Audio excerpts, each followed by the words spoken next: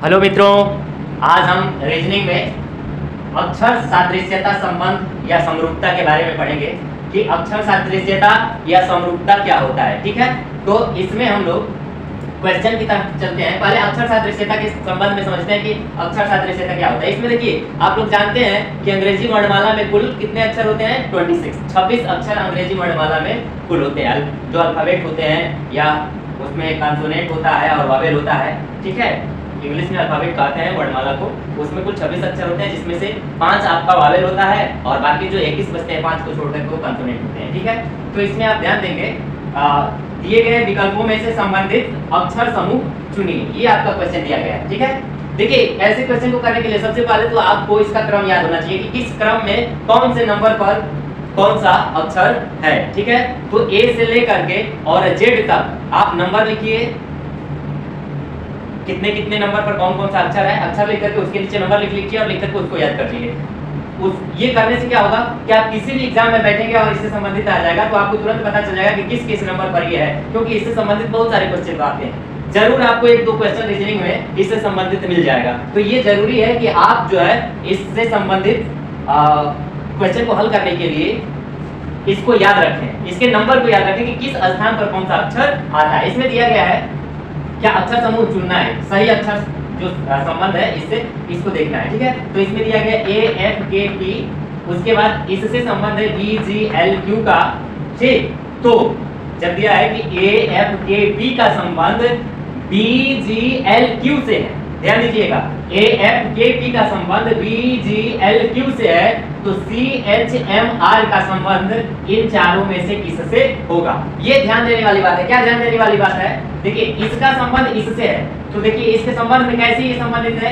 ए का संबंध बी से है, एफ का संबंध जी से है, के का संबंध एल से है, पी का संबंध क्यू से है। एक एक पर जाइए, देखिए ए बी एफ जी के एल पी क्यू, इसमें आप क्या देख रहे हैं, अंतर क्या देख रहे हैं? ए से बी के बीच में एक का अंतर है, एफ से जी के बीच में एक का अंतर है। ठीक है, तो इस तरह से चलिए इसको मिटा करके फिर से इसको हम समझाते हैं। ऊपर इसको मिटाते हैं, यहाँ पर क्वेश्चन है, इस क्वेश्चन को ध्यान दीजिएगा। अक्षर समूह चुनना है, कौन सा अक्षर समूह सही है। यहाँ पर दिया गया है ए एफ के बी, इसका संबंध किससे है? बी जी एल और क्यू से। ध्यान दीजिएगा, ए का संबंध बी से है, तो इसके बीच में अंतर कितने का है? एक का। एक के बाद बी आता है। एफ से जी के बीच में संबंध अंतर कितने का है? एक का। के से एल के बीच में संबंध अंतर कितने का है? एक का। पी से क्यू के बीच में संबंध अंतर कितने का है? एक का। तो यहाँ से आप क्या देख पा रहे हैं कि ए के बाद बी, एफ के बाद जी, के बाद एल, पी के बाद क्यू जस्ट आया है। तो ठीक उसी तरह से जो दूसरा वाला दिया गया है, ध्यान दीजिएगा, यहाँ पर दिया गया है सी एच,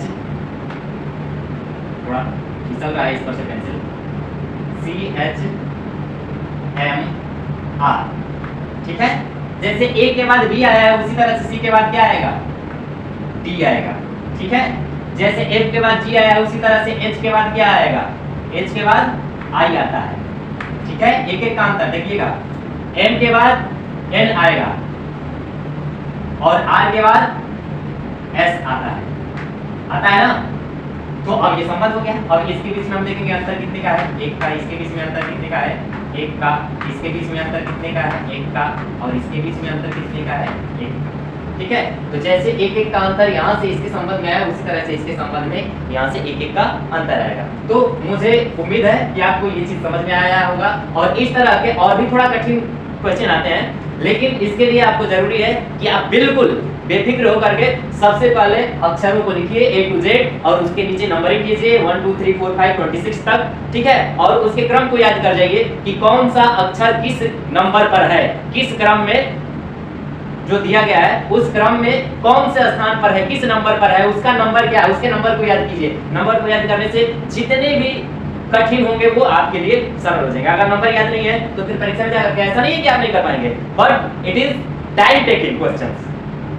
और यदि आप ज्यादा समय लेते हैं तो वही आपका क्या करेगा, 3 क्वेश्चन का समय अकेले एक क्वेश्चन ले लेगा, तो फिर आप ज्यादा नहीं कर पाएंगे। 100 क्वेश्चन करने की जगह पर 35 करके आएंगे और 35 में क्वालीफाई नहीं कर पाएंगे।